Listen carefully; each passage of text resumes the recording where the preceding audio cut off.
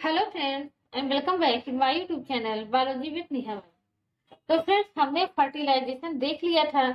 तो इस वीडियो में हम क्या देखेंगे, पोस्ट फर्टिलाइजेशन इवेंट देखेंगे। यानी फर्टिलाइजेशन के बाद कौन कौन से प्रोसेस होते हैं इसके बारे में हम जानेंगे। तो देखिए, ये बहुत ही इंपॉर्टेंट वीडियो है। आपने हमेशा शब्द सुना है, ब्लास्टुला क्या होता है, मारूला क्या होता है, इसके अलावा प्लेसेंटा क्या होता है। तो ये सभी के बारे में हम इस वीडियो में जानेंगे। साथ ही साथ आप तीन जानते हैं एक्स्ट्रा एम्ब्रियोनिक लेयर होते हैं, एमनियन होता है, कोरियन होता है, एलेंट्रॉइस होता है। तो इन तीनों का निर्माण कैसे होता है इस वीडियो में हम वो भी अच्छे से जानेंगे। तो इस वीडियो को पूरा एंड तक देखिएगा और एंड तक देखने पे ये सभी जितने ही टर्म हमने बताए हैं इन सभी के बारे में आपको अच्छे से समझ में आ जाएगा। तो हमने फर्टिलाइजेशन देखा था और फर्टिलाइजेशन का प्रोडक्ट क्या होता है, जाइगोट होता है। तो देखिए, यहाँ पर आप बहुत सी चीजें सीखेंगे। पहली बार टर्मिनोलॉजी सीखेंगे, उनका मतलब जानेंगे। जैसे कि हम ये यहाँ पर क्या बन गया, जाइगोट। अब जाइगोट जो होता है हमने ये बताया था कैसा होता है, डिप्लॉयड होता है, 2n होता है। अब इसी जाइगोट से क्या होता है, बेबी का डेवलपमेंट होता है। अब इस जाइगोट में क्या होता है, क्लीवेज होता है। क्लीवेज होता है और क्लीवेज होने के फलस्वरूप क्या बनाता है, ये 2 कोशिका बनाएगा। फिर 2 कोशिका से क्या बनेंगे, 4 कोशिका बनेंगे। इसी तरीके से ये डिवाइड होगा। देखिए, क्लीवेज का मतलब क्या होता है, हिंदी में इसको कहते हैं विदलन। तो यहाँ पर हम शब्द ये यूज नहीं कर रहे हैं कि जाइगोट डिवाइड होकर के 2 कोशिका 4 कोशिका बना रहा है। यहाँ पर शब्द क्या यूज हो रहा है, क्लीवेज। तो क्लीवेज का मतलब क्या होता है, जब क्या हो, कोशिका क्या हो, नंबर में बढ़े लेकिन कोशिका आकार में न बढ़े, तब उसको हम क्या कहते हैं, क्लीवेज कहते हैं। डिवीजन में क्या होता है कि डिवीजन में एक कोशिका अगर विभाजित होनी है, पहले अगर कोई कोशिका है मान लो जिसको विभाजित होनी है, तो पहले तो इसके आकार में वृद्धि होती है और फिर इस तरीके से क्या होता है, ये एक कोशिका 2 कोशिका में बढ़ जाती है। इस तरीके से देख रहे हैं, ये कोशिका इन 2 कोशिकाओं में बट गई। तो यहाँ कोशिका के नंबर में भी वृद्धि हो रही है, कोशिका के आकार में भी वृद्धि हुई। पहले कंटेंट इतना था, अब क्या हो गया, कंटेंट डबल हो गया। इस तरीके से अगर हम कहें, ठीक, कोशिका का क्या हुआ, आकार भी बढ़ गया और कोशिका का क्या हुआ, नंबर भी बढ़ गया। तो जब कोशिका का आकार भी बढ़े और कोशिका का नंबर भी बढ़े, तब उसको हम कहते हैं डिवीजन, यानी कि विभाजन। लेकिन क्लीवेज यानी विदलन में क्या होता है कि कोशिका का नंबर तो अब बढ़ रहा है लेकिन कोशिका का आकार उतना ही है। अब देखिए, जितना बड़ा जाइगोट था उतना ही बड़े ये 2 कोशिकी कोशिका है, उतने ही बड़े ये क्या है, ये 4 कोशिकी भी है। तो ऐसा क्यों हो रहा है, क्यों शुरुआत में विदलन हो रहा है, यानी यहाँ पर विदलन किस लिए हो रहा है। तो देखिए, अब ये जो जाइगोट बना है किससे बना है, अंडाणु से बना है। और अंडाणु आप जानते हैं कि हमारे शरीर की क्या होती है, सबसे बड़ी कोशिका होती है। ठीक, सबसे लंबी कोशिका तंत्रिका कोशिका होती है, लेकिन सबसे बड़ी कोशिका यानी सबसे लार्ज कौन सी होती है, अंडाणु होती है। तो अब अंडाणु की साइज को छोटा करने के लिए क्या होता है, विदलन होता है। तो कुछ समय तक क्या होगा, विदलन होगा और विदलन के बाद क्या हो जाएगा, जब ये नॉर्मल आकार की कोशिका हो जाएगी तो उसके बाद क्या हो जाएगा, विभाजन शुरू हो जाएगा।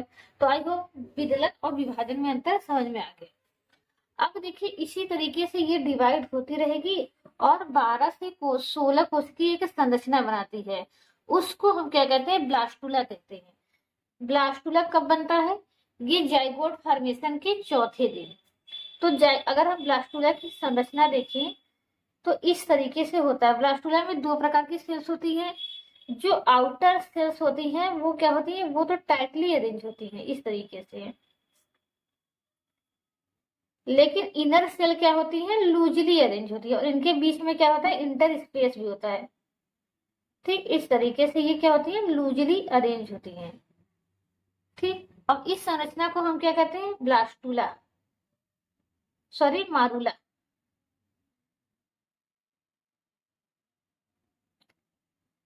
इसको हम क्या कहेंगे, मारूला। और मारूला कब बनता है, जाइगोट फॉर्मेशन के यानी फर्टिलाइजेशन के चौथे दिन बनता है। और इसमें सेल की संख्या कितनी होती है, सेल की संख्या होती है 12 से 16। तो मेरा ये ज्यादा लग रहा है तो आप लोग ज्यादा मत बनाइएगा, 12 से 16 में ही बनाएंगे, मेरा ज्यादा हो गया है, तो आप थोड़ा छोटा बनाएंगे तो 16 तक आ जाएगा। अब क्या होगा कि इस मारूला से क्या बनेगा, आपका ब्लास्टुला बनेगा। तो मारूला और ब्लास्टुला में अंतर क्या होता है, देखिए ये मारूला आपका बन कहाँ रहा है, ये मारूला आपका बन रहा है फैलोपियन ट्यूब के अंदर। अगर हम यूट्रस की संरचना देखें, ठीक, यहाँ पर क्या हुआ था, एम्पुला और स्टिमस के जो जंक्शन था, एम्पुला स्टिमस के जंक्शन पे क्या हुआ, जाइगोट बन गया फर्टिलाइजेशन के फलस्वरूप, और चौथे दिन क्या बन गया, मारूला बन गया। अब ये मारूला जैसे देखिए इसका डेवलपमेंट होता जा रहा है, ये किधर की ओर मूव कर रहा है, यूट्रस की तरफ मूव कर रहा है। और फिर 5वें दिन तक ये यहाँ पर ये ब्लास्टुला मूव करते करते, यानी ये 5वें दिन तक कहाँ पहुंच जाता है, यूट्रस में पहुंच जाता है। 5वें दिन तक ये यूट्रस के अंदर पहुंच जाता है। तो यूट्रस के अंदर क्या होती हैं, यूट्रस की जो सेल्स होती हैं वो ग्लाइकोजन का निर्माण करती हैं। तो ग्लाइकोजन का जो तरल होता है वो इसके अंदर आने लगता है, किसके अंदर आने लगता है, मारूला। यानी मारूला बनता कौन से दिन है, चौथे दिन तक बन जाता है, और 5वें दिन तक ये यूट्रस में पहुंच जाता है, गर्भाशय में।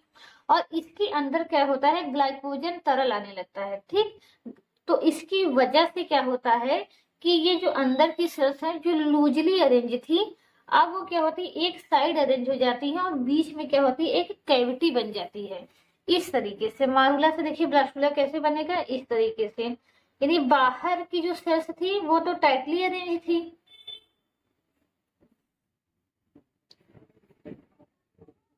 बाहर की सेल्स क्या थी, टाइटली अरेंज थी। और यहाँ पर जो इनर सेल थी, अब इनर सेल कहाँ हो गई, एक साइड में अरेंज हो गई।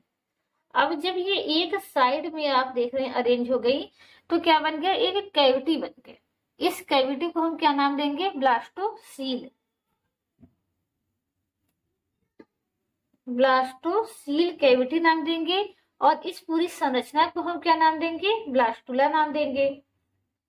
और ब्लास्टुला में आप देख रहे हैं कि 2 प्रकार की सेल्स होती हैं। यहाँ सेल का कोई नामकरण नहीं था, यहाँ पर सेल का नामकरण हो गया। जो किनारे की सेल्स हैं इनको हम क्या नाम देंगे, ट्रोफोब्लास्ट, ट्रोफोब्लास्ट। और ये जो अंदर की सेल्स हैं इनको हम क्या नाम देंगे, एम्ब्रियोब्लास्ट, एम्ब्रियोब्लास्ट। तो यहाँ तक समझ में आ गया कि मारूला कब बना, मारूला बना चौथे दिन।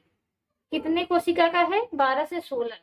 और ब्लास्टुला कब बनता है, 5वें दिन बन जाता है, 5वें दिन नहीं, सॉरी 5वें दिन तो ये पहुंचेगा, इसको बनने में लगभग 6-7 दिन लग जाते हैं, ठीक। तो ये लगभग 7 दिन तक बनता है। कितने कोशिका का होता है, 32 से 64। तो यहाँ तक समझ में आ गया कि पहले जाइगोट होगा, जाइगोट 2 कोशिका बनाएगा, 4 कोशिका बनाएगा। इसी तरीके से क्या हो जाएगा, जब 16 कोश की संरचना बन जाती है उसको हम मारूला कहते हैं। मारूला का क्या फीचर है कि बाहर की कोशिकाएं टाइटली अरेंज होती है, इनर की लूजली अरेंज होती हैं। फिर उसके बाद मारूला से क्या बनता है, ब्लास्टुला। ब्लास्टुला में क्या होती है, बाहर की जो सेल्स होती हैं उनको ट्रोफोब्लास्ट कहते हैं, और अंदर की सेल्स को क्या कहेंगे, एम्ब्रियोब्लास्ट कहेंगे, ठीक। तो इतना इरेज करते हैं, यहाँ तक आपको समझ में आ गया। अब देखिए ब्लास्ट, अब क्या होगा कि ब्लास्टुला की जो ब्लास्टुला की ऊपर वाली सेल्स है, यानी कि जिसको हमने क्या नाम दिया, ट्रोफोब्लास्ट नाम दिया। अब यह ट्रोफोब्लास्ट भी क्या करेगा, डिवाइड होगा, और डिवाइड होकर के 2 प्रकार की कोशिकाएं बनाएगा।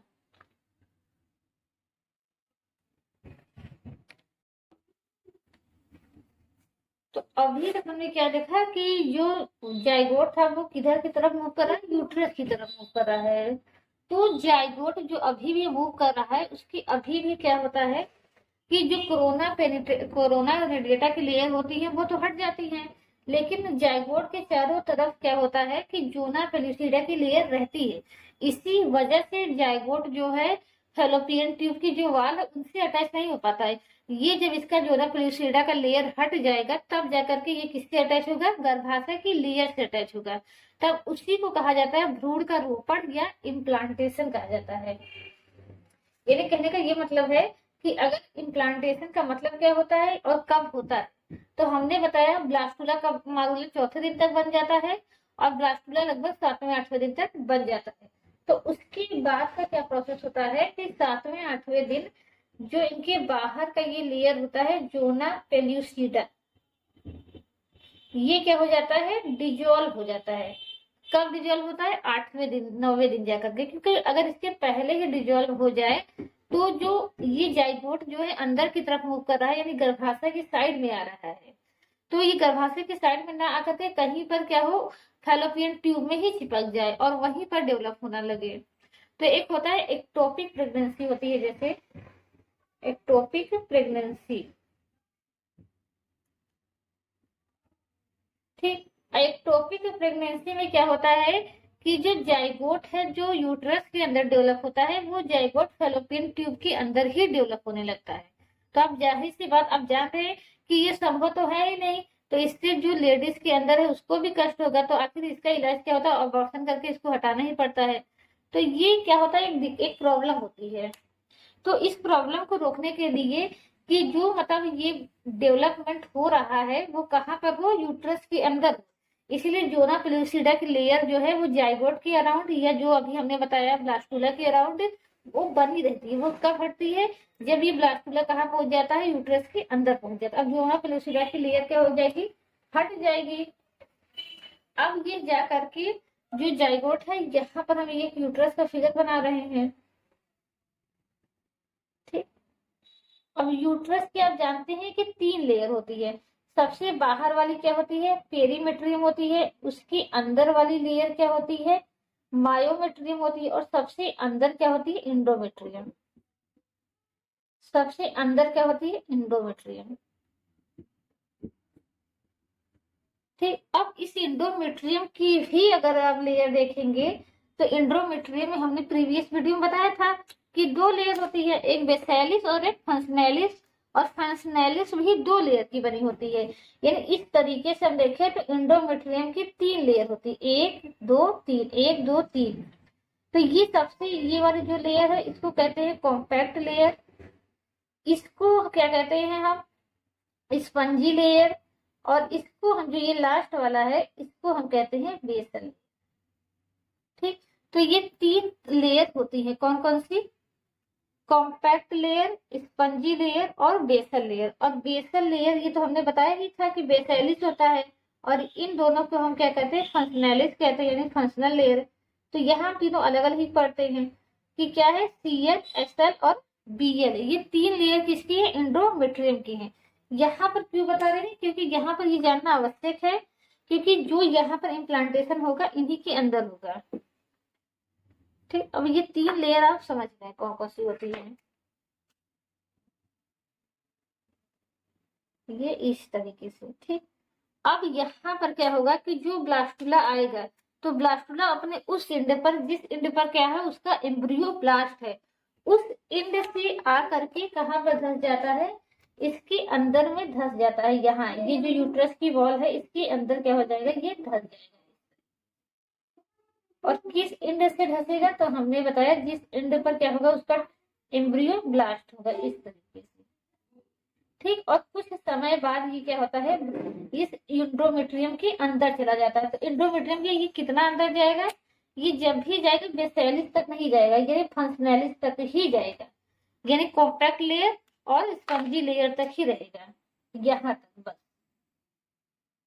ठीक। इस तरीके से, ठीक। तो इस तरीके से इस प्रोसेस को हम क्या कहते हैं, भ्रूण का रोपण या इम्प्लांटेशन कहते हैं, इम्प्लांटेशन। तो मारुला से ब्लास्टुला बना, ब्लास्टुला कहाँ आ गया, यूट्रस के अंदर आ गया, और यूट्रस के अंदर आकर के इंडोमेट्रियम की जो वाल है उसके अंदर चला गया। तो इसी को कहा जाता है भ्रूण का रोपण, भ्रूण यानी एम्ब्रियो। तो भ्रूण यानी एम्ब्रियो क्या होता है, एक शब्द ये भी हो गया, ठीक। एम्ब्रियो क्या होता है, तो अभी जायगोट जो 1 सेल का था, जायगोट 2 सेल का हुआ, फिर 4 सेल का हुआ, फिर 10 सेल का हुआ, फिर उसके बाद ब्लास्टुला बना, मारुला बना। इन सभी को ही हम क्या कहते हैं, एम्ब्रियो कहते हैं। यानी चाहे 2 सेल का हो चाहे 20 सेल का हो, उसको हम क्या कहेंगे, एम्ब्रियो कहेंगे। फिर जब इसमें संरचना स्पष्ट हो जाती है तब उसको हम फीटस कहते हैं, FOETUS, फीटस कहते हैं, ठीक, अभी क्या है, अभी एम्ब्रियो ही है। तो फीटस कब कहते हैं, लगभग 3 महीने के बाद कहते हैं, जब उसमें क्या होते हैं, कुछ आर्गन्स बन जाते हैं। अभी तो कोई क्लियर आर्गन नहीं है, तो अभी क्या शब्द हम यूज कर रहे हैं, एम्ब्रियो। अब एम्ब्रियो कहाँ चला गया, एंडोमेट्रियम के अंदर चला गया, तो इसको क्या कहते हैं, भ्रूण का रोपण कहते हैं, भ्रूण का रोपण। अब इस भ्रूण के रोपण के बाद देखिए क्या होगा, वो हम बाहर दिखा रहे हैं। ठीक, अब इस भ्रूण के रोपण के बाद क्या होगा, वो बाहर दिखाते हैं, इसके अंदर नहीं दिखते। इसके बाहर क्या होगा कि अब ही तक हमने क्या था, अब इसके बाद ये अंदर की जो अंदर की एम्ब्रियो ब्लास्ट है, तो ये एम्ब्रियो ब्लास्ट तो अंदर रहेगा ही। अब इसके बाद जो ये लेयर थी, कौन सी, ट्रोफोब्लास्ट की लेयर। अब ये ट्रोफोब्लास्ट की लेयर जो होती है, वो 2 भागों में बढ़ जाती है। अंदर वाली जो भाग होती है, अंदर की जो लेयर होती है, वो क्या होती है, यूनिन्यूक्लिएटेड होती है। इसको हम नाम देते हैं साइटोट्रोफोब्लास्ट, साइटोट्रोफोब्लास्ट। और जो बाहर की लेयर होती है, वो कैसी होती है, मल्टी न्यूक्लिएटेड होती है, उसको हम नाम देते हैं सिंसियोट्रोफोब्लास्ट। समझ में आ गया, यानी कि ये क्या था हमारा, एम्ब्रियोब्लास्ट, एम्ब्रियोब्लास्ट। और एम्ब्रियोब्लास्ट के बाहर क्या था, हमारा ट्रोफोब्लास्ट था। ट्रोफोब्लास्ट 2 भागों में बढ़ गया। कौन से 2 भागों में, जो अंदर का है उसको हम क्या नाम दे रहे हैं, साइटोट्रोफोब्लास्ट। ठीक, और ये जो बाहर का है, इसको क्या नाम दे रहे हैं, सिंसियोट्रोफोब्लास्ट, सिंसियोट्रोफोब्लास्ट। ठीक, ब्लास्ट नहीं का ब्लास्ट में, इस तरीके से। तो ये 2 संरचना बन गई, एम्ब्रियोब्लास्ट, सिंसियोट्रोफोब्लास्ट और साइटोट्रोफोब्लास्ट। इस तरीके से हम ये यहाँ क्या दिख रहा है, 3 संरचना दिख रही।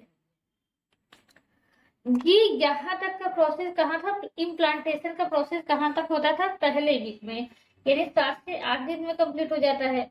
अब इसके बाद का जो प्रोसेस हम वो देख रहे हैं, हम ये देख रहे हैं कि सेकेंड वीक में क्या होता है। अब देखिए सेकेंड वीक में क्या होगा कि जो ट्रोफोब्लास्ट है वो किसमें बटा, सिंसियोट्रोफोब्लास्ट में और साइटोट्रोफोब्लास्ट में बढ़ गया। तो आइए सबसे पहले यहाँ क्या देते हैं, थोड़ा सा यूट्रस का पार्ट देख लेते हैं। अब जैसे हमने बताया, यूट्रस जब एम्ब्रियो के, ये जो ब्लास्टुला एम्ब्रियो के अंदर चला जाता है, तो इस तरीके की हमें एक संरचना देखने को मिलती है। ठीक, ये हमारा क्या है, यूट्रस के अंदर का भाग है।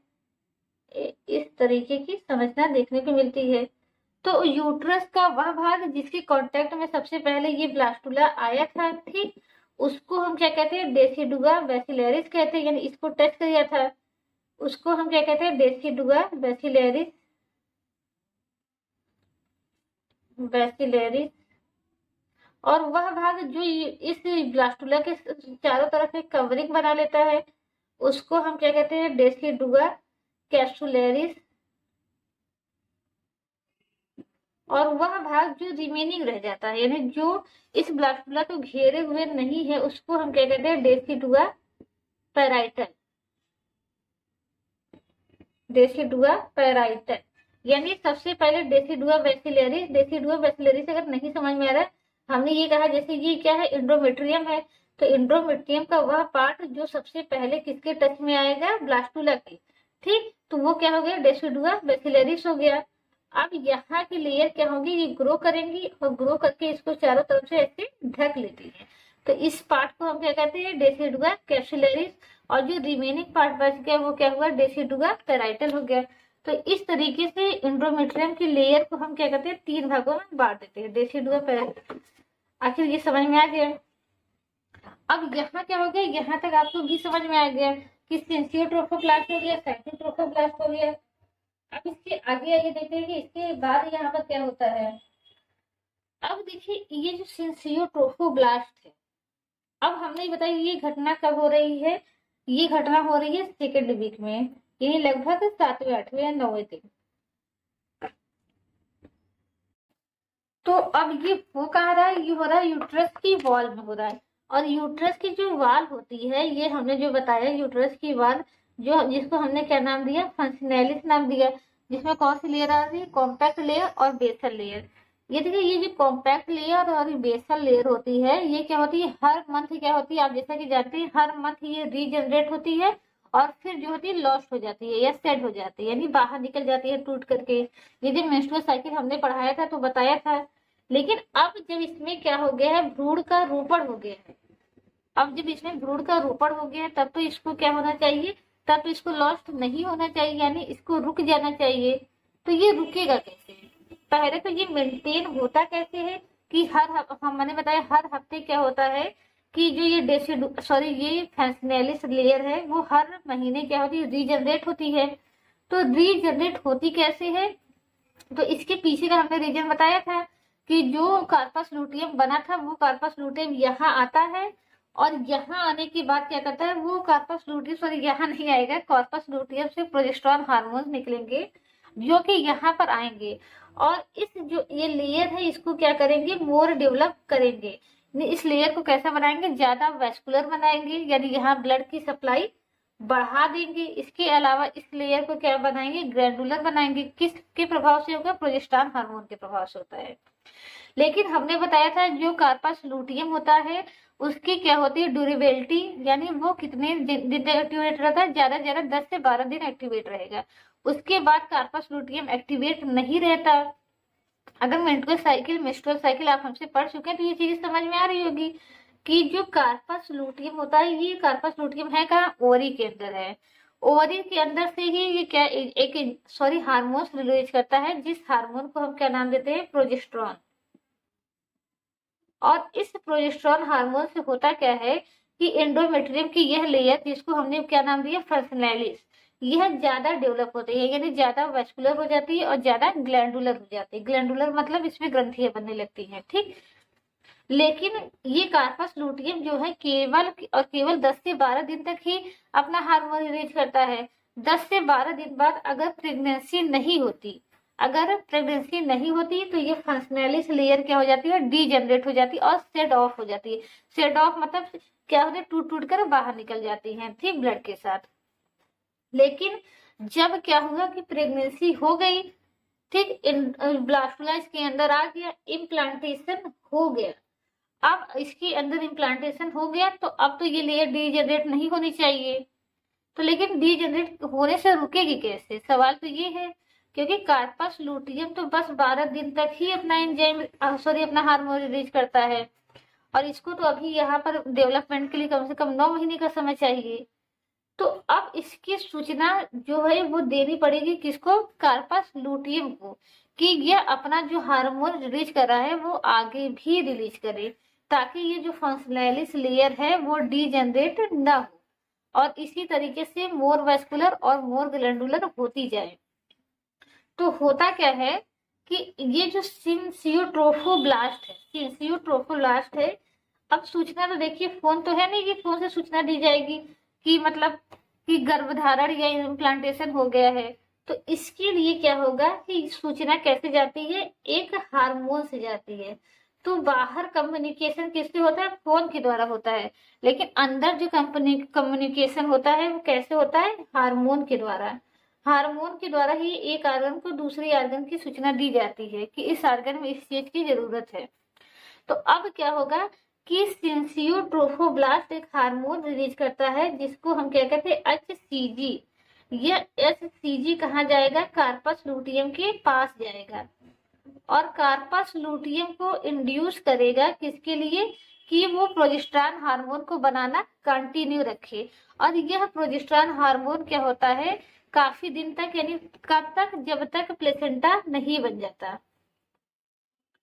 अभी प्लेसेंटा नहीं बना है, तो जब तक प्लेसेंटा नहीं बन जाता तब तक यह HCG हार्मोन जो है वो कहाँ पर आता रहता है, बन करके सिंसियोट्रोफोब्लास्ट से कार्पस लूटियम में बन करके आता रहता है, और कार्पस लूटियम को इंड्यूस करता है कि वह प्रोजेस्टेरॉन हार्मोन निकालता रहे। लेकिन बाद में क्या होगा, बाद में प्लेसेंटा बन जाएगी और प्लेसेंटा ही क्या करेगी, प्रोजेस्टेरॉन हार्मोन सीक्रेट करेगी, और उस समय क्या होगा, कार्पस लूटियम नष्ट हो जाएगा। तो इस प्लेसेंटा को बनने में लगभग 20 से 30 दिन लगते हैं, तो 20 से 30 दिन ये कार्पस लूटियम प्रोजेस्टेरॉन रिलीज करता रहेगा, ठीक।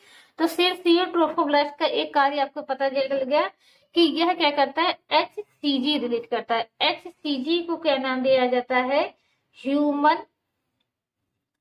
Chorionic gonadotropin. ठीक, तो जो हमने अपना प्रीवियस वीडियो बनाया था मेंस्ट्रुअल साइकिल में, वहां हमने बताया था कि प्लेसेंटा से रिलीज होता है, लेकिन यह प्लेसेंटा से न रिलीज होकर के प्लेसेंटा के एक भाग, यह स्पेसिफिक भाग बता रहे हैं। अगर आप प्लेसेंटा भी बता रहे हैं कि एससीजी प्लेसेंटा से निकल रहा है, तो वो भी भाग सही है, क्योंकि ये आगे चल करके जो है ये प्लेसेंटा ही बनाने वाले हैं। तो यहाँ प्लेसेंटा के कौन से सेल से रिलीज हो रहा है, तो वो हमने पर्टिकुलर आपको बताया है। तो वहां कंफ्यूज मत होइएगा कि मैम वहां तो एससीजी आपने बताया था कि प्लेसेंटा से निकलता है और यहाँ सिंसियो ट्रोफोब्लास्ट से निकलता है। तो अगर ऑप्शन प्लेसेंटा हो तो प्लेसेंटा भी सही है। अगर पूछा जाए प्लेसेंटा के किस सेल से निकलता है, क्योंकि प्लेसेंटा अभी आगे जब हम देखेंगे तो ये जो सिंसियो ट्रोफोब्लास्ट है ये यही आगे चल के प्लेसेंटा बनाएगा। ठीक, तो कंफ्यूज मत होइएगा। तो सिंसियो ट्रोफोब्लास्ट का एक कार्य आपको पता चल गया कि सिंसियो ट्रोफोब्लास्ट क्या करेगा, एससीजी का निर्माण करेगा। और एससीजी क्या करेगा, कार्पल लुटियम को इंड्यूस करेगा प्रोजेस्टेरॉन निकालने के लिए। और प्रोजेस्टेरॉन क्या करेगा, एंडोमेट्रियम की वॉल को वैस्कुलर और गैंडुलर बनाएगा, ताकि फीटस जो प्रॉपर नरिशमेंट फीटस को मिल सके। अब देखिए फीटस को नरिशमेंट मिलेगा कैसे, ये चीजें हो कहाँ रही है, यूट्रस की वॉल में हो रही है। यूट्रस की किस वॉल में हो रही है, इंडोमेट्रियम में। इंडोमेट्रियम भी हमने बताया 2 भागों में बटा है, 3 भागों में भी क्या करते हैं, तो ये केवल कॉम्पैक्ट लेयर और स्पंजी लेयर में होगा, बेसल लेयर का यहाँ पर कोई रोल नहीं है। अब यहाँ पर क्या होता है कि ये जो सिंसियो ट्रोफोब्लास्ट है, यहाँ पर क्या होती है, बड़ी बड़ी कैविटी डेवलप हो जाती है। यहाँ पर क्या हो जाती है, कैविटी डेवलप हो जाती है इस तरीके से। इसको हम क्या कहते हैं, लेक्यूना कहते हैं। ये चारों तरफ होगी तो हम केवल एक तरफ बनाते हैं। लेक्यूना मतलब क्या होता है, खाली कैविटी। किस में डेवलप हो जाएगी, सिंसियो ट्रोफोब्लास्ट में। किस लिए डेवलप हो जाएगी, ताकि यह कैविटी जो है मदर से क्या कर सके, न्यूट्रिशन को, ब्लड को सक कर सके। अब ये चीजें कहाँ हो रही है, ये चीजें हमने ये बताया इंडोमेट्रियम में हो रही है। तो इंडोमेट्रियम में ब्लड वेसल्स तो होगा ही, ये हमने क्या बना दिया, आर्ट्रियोल बना दिया। ठीक, आर्टरी जब फाइन हो जाती है, छोटी छोटी हो जाती है, तब उसको हम क्या कहते हैं, आर्ट्रियोल कहते हैं। यानी धमनी को हम क्या कहते हैं, धमनिकाएं कहते हैं। इसी तरीके से यहाँ पर क्या होगा, वेन्यूल होगा। ठीक, ये क्या हो गया, आर्ट्रियोल हो गया, और ये क्या हो गया, वेन्यूल हो गया। यानी वेन जो जब बहुत महीन महीन रहते हैं तो उसको वेन्यूल कहते हैं। ठीक, या सिराएं हो गए और ये धमनिकाएं हो गई, सिराकाएं कहेंगे, बेसिकली सिराएं नहीं कहेंगे, सिराकाएं कहेंगे। अब ये क्या होगा कि ये जो सिंसियो ट्रोफोब्लास्ट है, इसके पास कुछ एंजाइम्स होते हैं। इस एंजाइम की वजह से ये ब्लड वेसल्स को क्या कर देते हैं, क्षतिग्रस्त कर देते हैं, ब्लड वेसल्स को तोड़ देते हैं। जब ये ब्लड को तोड़ेंगे तो ब्लड कहाँ आकर के भर जाएगा, तो ब्लड आकर के जो इसका लेक्यूना है, इस लेक्यूना को थोड़ा बड़ा बना दे रहे हैं, इस लेक्यूना में आकर के ब्लड भर जाएगा इस तरीके से। इस लेक्यूना में आकर के ब्लड भरने लगेगा इस तरीके से। ठीक, अब इस ब्लड में क्या होगा, ग्लूकोज होगा, इस ब्लड में क्या होगा, न्यूट्रिटिव मटेरियल होगा, ये ऑक्सीजन होगा। तो अब ये जो बाकी के पार्ट है, ये क्या करेंगे, इससे अपना भोजन ले लेंगे, ऑक्सीजन ले लेंगे, और जो अवशिष्ट पदार्थ है वो क्या कर देंगे, इसी लेक्यूना में फिर छोड़ देंगे। यानी क्या छोड़ देंगे, अमोनिया छोड़ देंगे, यूरिया छोड़ देंगे, CO2 छोड़ देंगे। अब फिर इसके बाद ये वेन्यूल है, वेन्यूल को भी क्या करते हैं, ये तोड़ते हैं। तो वेन्यूल से क्या चला जाता है, ब्लड बाहर चला जाता है, और आर्ट्रियोल द्वारा अंदर आ जाता है। तो ये समझ में आ गया कि सिंसियो ट्रोफोब्लास्ट है। सिंसियो ट्रोफोब्लास्ट में क्या होता है कि बड़े बड़े लेक्यूना पाए जाते हैं। साथ ही साथ सिंसियो ट्रोफोब्लास्ट के जो एंजाइम्स होते हैं, वो जो ब्लड वेसल्स होते हैं उनका विघटन कर देते हैं। विघटन करने का मतलब कि छोटे छोटे पोर कर देते हैं, जिसकी वजह से आर्ट्रियोल से ब्लड निकल के कहाँ आ जाता है, इस लेक्यूना में भरा जाता है। और बाकी जो सेल्स होती हैं इसी ब्लड से अपना नरिशमेंट ले लेती हैं और ऑक्सीजन ले लेती हैं, और बदले में क्या देती है, इसी लेक्यूना में जो अपना एक्सक्रीटरी प्रोडक्ट है वो छोड़ देती है, जो कि फिर किस में चला जाता है, वेन्स में चला जाता है।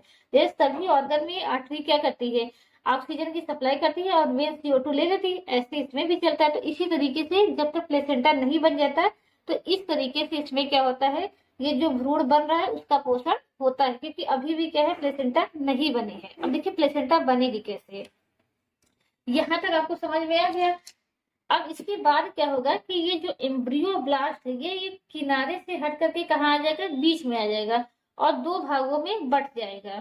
ठीक, अब ये एम्ब्रियो ब्लास्ट जो है वो किनारे से हट करके दो बीच में आ जाएगा और बीच में आने के बाद ये दो भागों में बढ़ जाता है, तब इसको हम कहते हैं ईपी ब्लास्ट और हाइपोब्लास्ट। आइए इसको भी देख लेते हैं।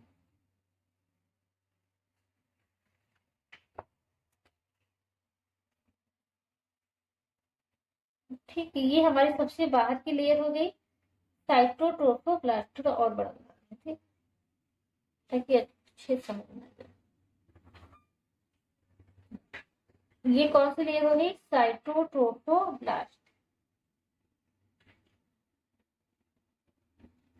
ठीक, साइटोट्रोफोब्लास्ट बाहर की हो गई और जो एम्ब्रियो ब्लास्ट था वो अंदर आ गया और अंदर आने के बाद किस लेयर में बदल गया, दो लेयर में बदल गया। ऊपर वाली लेयर ईपी ब्लास्ट, नीचे वाली लेयर हाइपोब्लास्ट। ठीक, ये क्या है आपका साइटोट्रोफोब्लास्ट, साइटोट्रोफोब्लास्ट। ये आपका क्या है, ईपी ब्लास्ट, ये हाइपोब्लास्ट। ठीक, तो फिगर देखिए कई बनाइएगा, नहीं तो अगर सब फिगर एक ही साथ बना देंगे कंफ्यूज हो जाएंगे। और इसके बाद ये क्या है, सिंसियोट्रोफोब्लास्ट।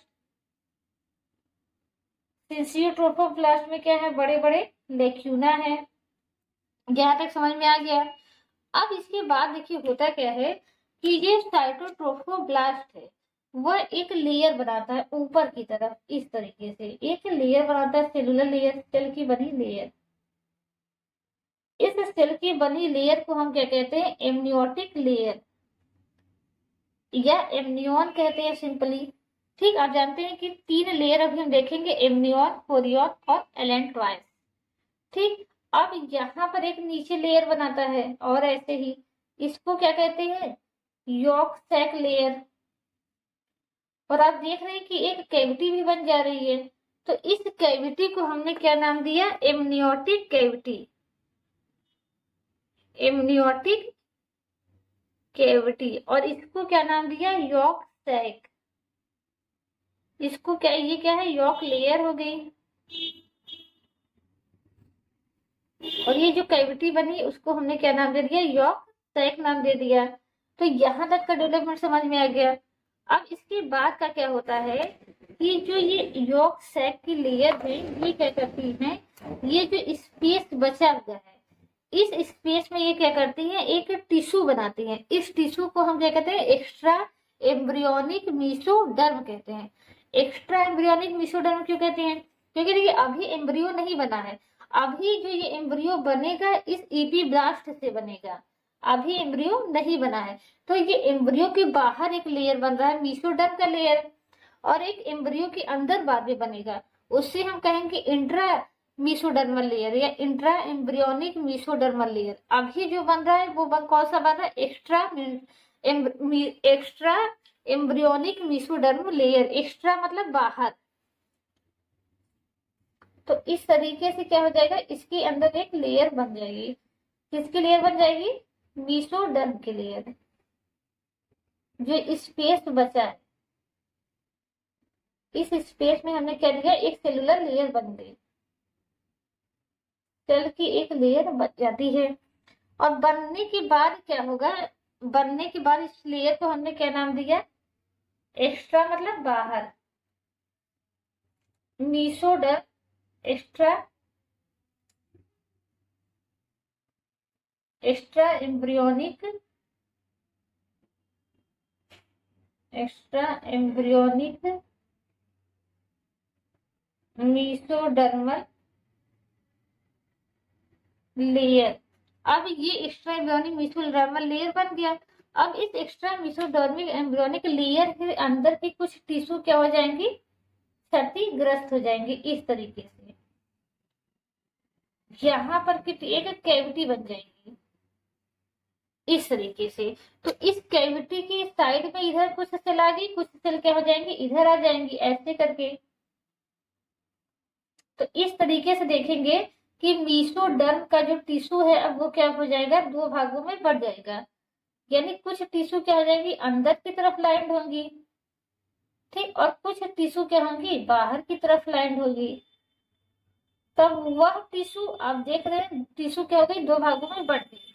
तो एक्स्ट्रा एम्ब्रियोनिक मेसोडर्म लेयर जो कि किससे जुड़ी है, साइटोट्रोफोब्लास्ट के पास है, उसको हम नाम देते हैं सोमैटोफ्लूरिक लेयर, और इसको नाम देते हैं स्प्लैक्नोफ्लूरिक लेयर। ये दोनों बेसिकली किसके पार्ट है, एक्स्ट्रा एम्ब्रियोनिक मेसोडर्म के। इसको हम क्या कहते हैं, सोमैटोफ्लूरिक लेयर या सोमैटोफ्लूरिक मेसोडर्म भी कहते हैं। और इसको हम क्या नाम देंगे, जो कि किसके पास है, किससे जुड़ी है, एमनियन से और यॉर्क साइड से जुड़ी है। इसको हम नाम देते हैं स्प्लैक्नोफ्लूरिक लेयर। ठीक, ये इस तरीके से क्या बन गया, स्प्लैक्नोफ्लूरिक लेयर बन गया। तो अब देखिए, अब इसके बाद क्या होगा कि यह तीन लेयर कौन कौन से, एक आपका हो गया सोमैटोफ्लूरिक लेयर हो गया, फिर उसके नीचे आप देख रहे हैं क्या है, अगर हम बाहर से अंदर की तरफ देखें तो सबसे बाहर क्या है, सिंसियोट्रोफोब्लास्ट है, सिंसियोट्रोफोब्लास्ट के नीचे साइटोट्रोफोब्लास्ट है, और साइटोट्रोफोब्लास्ट के नीचे हमारा क्या है, सोमैटोफ्लूरिक लेयर है। अब यह तीनों लेयर मिल करके क्या बनाते हैं, एक फिंगर नुमा संरचना बनाते हैं। ये पूरी ऐसे ऑल अराउंड बनेगी, एक फिंगर नुमा संरचना बनाते हैं इस तरीके से। सबसे बाहर क्या होगा, सोमैटोफ्लूरिक होगा, उसके नीचे हमारा क्या होगा, साइटोट्रोफोब्लास्ट होगा, और साइटोट्रोफोब्लास्ट सॉरी उसके नीचे हमारा क्या होगा, सिंसियोट्रोफोब्लास्ट होगा, और सिंसियोट्रोफोब्लास्ट के नीचे कौन सा होगा, साइटोट्रोफोब्लास्ट होगा, साइटोट्रोफोब्लास्ट। अब ये तीनों क्या बना रहे हैं, एक फिंगर नुमा संरचना बना रहे हैं। इस फिंगर नुमा जो संरचना ये हमारी बन रही है, इसको हम कहते हैं कोरियोनिक बिलाई, कोरियोनिक बिलाई। और इस पूरी जो लेयर बना रही, इन तीनों को मिल करके हम क्या कहते हैं, कोरियोन कहते हैं। क्या कहते हैं, कोरियोन। और कोरियोन क्या करता है, एक फिंगर लाइक प्रोजेक्शन बनाता है, और उस प्रोजेक्शन को हम क्या कहते हैं, कोरियोनिक बिलाई कहते हैं। तो एमनियन कैसे बना, आपने देख लिया कि साइटोट्रोफोब्लास्ट क्या करता है कि जो ईपी ब्लास्ट है उसकी अराउंड एक स्ट्रक्चर बना लेता है एक लेयर की, उसको हम क्या कहते हैं, एमनियन कहते हैं। जो कैविटी बन गई उसको हम क्या कहते हैं, एमनियोटिक कैविटी बन गई। इधर नीचे क्या बन गया, यॉर्क साइड बन गया। और फिर उसके बाद अब देख रहे हैं सोमैटोफ्लूरिक लेयर, सिंसियोट्रोफोब्लास्ट और साइटोट्रोफोब्लास्ट, इन तीनों को मिलाकर के हम क्या कहते हैं, कोरियोन कहते हैं। कोरियोन जो है फिंगर लाइक प्रोजेक्शन बनाते हैं, जिसको हम क्या कहते हैं, कोरियोनिक बिलाई कहते हैं।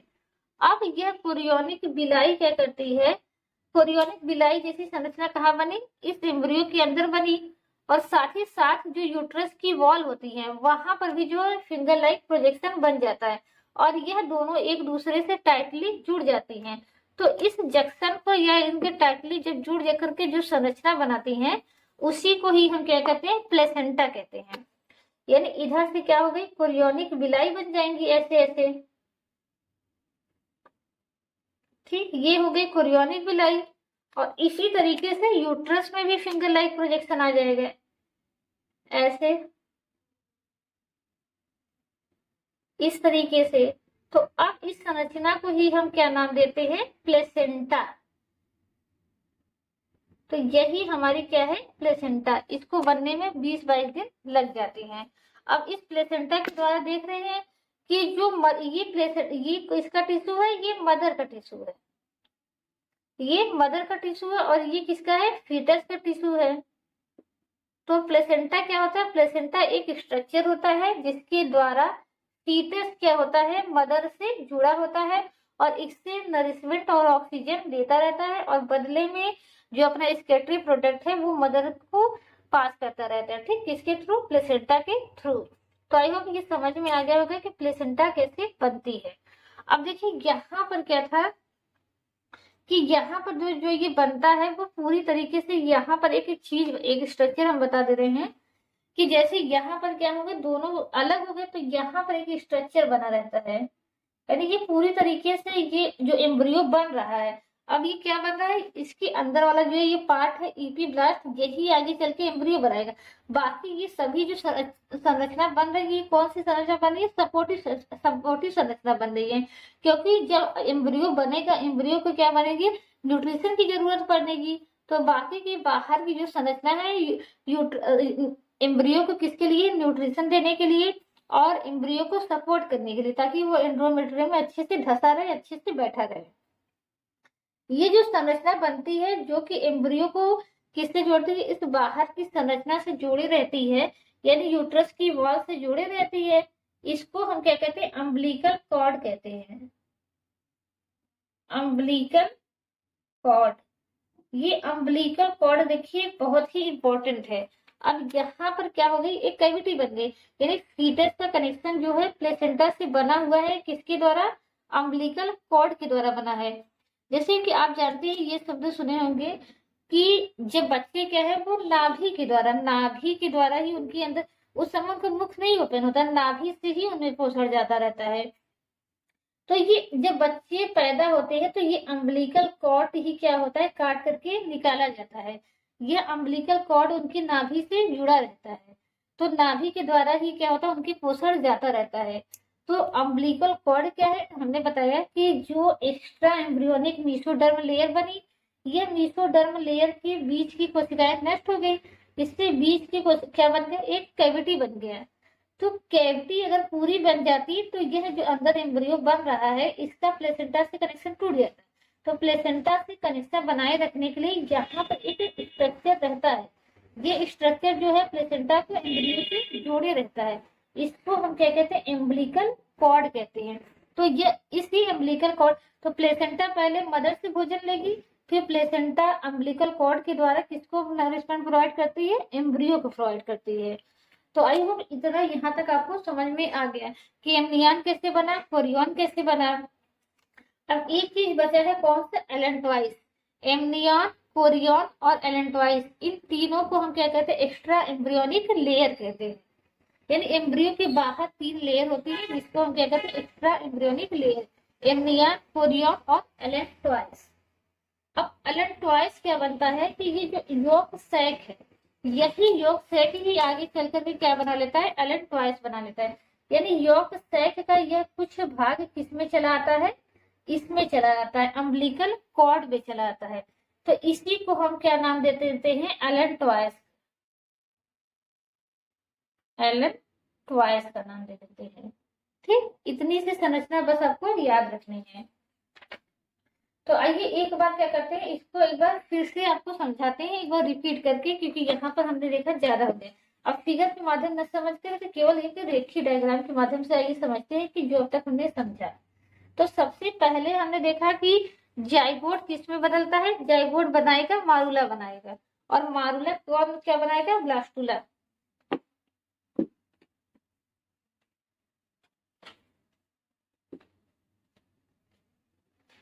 ठीक, तो सबसे पहले क्या बनेगा, जाइगोट से, ये जाइगोट हो गया, और जाइगोट क्या बना लेगा, मारूला बना लेगा। ठीक, मारूला से क्या बन जाएगा, ब्लास्टुला बन जाएगा। और यह ब्लास्टुला जब कहाँ चलाया जाएगा, यूट्रस के अंदर चला जाएगा, तो उसको हम क्या नाम दे देंगे, इम्प्लांटेशन।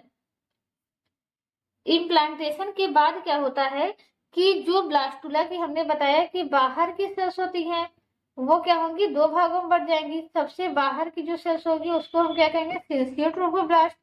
सिंसियोट्रोफोब्लास्ट के जो नीचे की लेयर होगी उसको हम क्या कहेंगे, साइटोट्रोफोब्लास्ट।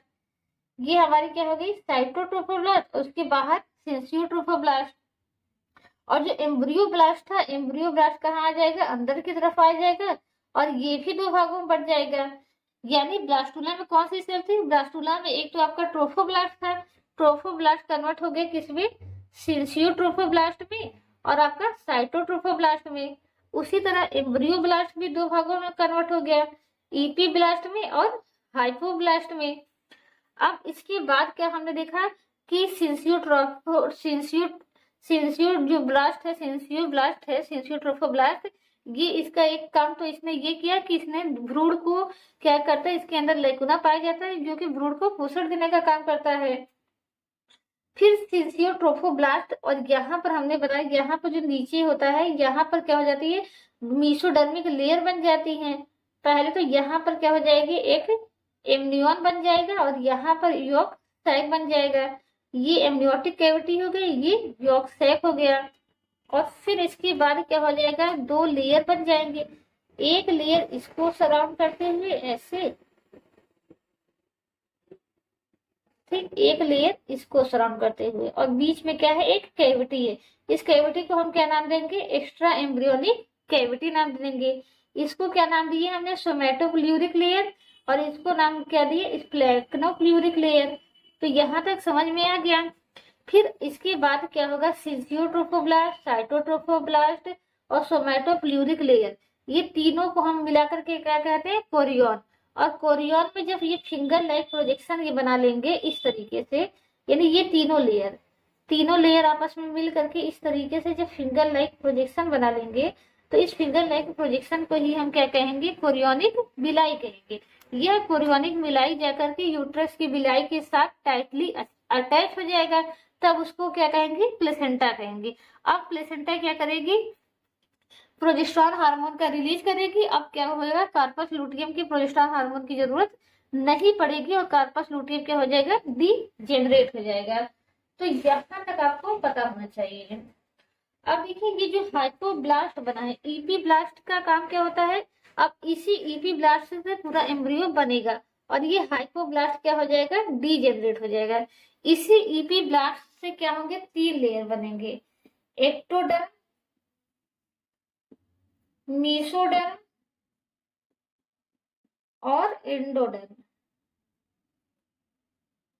ठीक, तो अब आपको याद करना पड़ता है कि हमारा कौन सा आर्गन जो एक्टोडर्म से बना है, कौन सा आर्गन मीसोडर्म से बना है, और कौन सा आर्गन जो है वो हमारा एंडोडर्म से बना है। तो एक लिस्ट जो है इसकी वो हम आपको टेलीग्राम चैनल पे सेंड कर देंगे, आप वहां पर सिंपली इसको याद कर लीजिएगा कि हमारा कौन सा आर्गन जो है किस लेयर से बना हुआ है। तो देखिए यही तक आपको पढ़ना होता है रिप्रोडक्शन में और पोस्ट फर्टिलाइजेशन इवेंट में। तो अगर आपने अच्छे से समझ लिया है प्लेसेंटा कैसे बना, ब्लास्टुला क्या होता है, मारुला क्या होता है, अब प्लेसेंटा के कार्य भी हमने यहाँ पर देख लिए। तो अब नेक्स्ट वीडियो में हम क्या करेंगे, प्लेसेंटा का टाइप देखेंगे। तो अगर ये वीडियो अच्छे से समझ में आया हो तो प्लीज वीडियो को लाइक कर दीजिए और चैनल को सब्सक्राइब कर लीजिए। Thank you so much.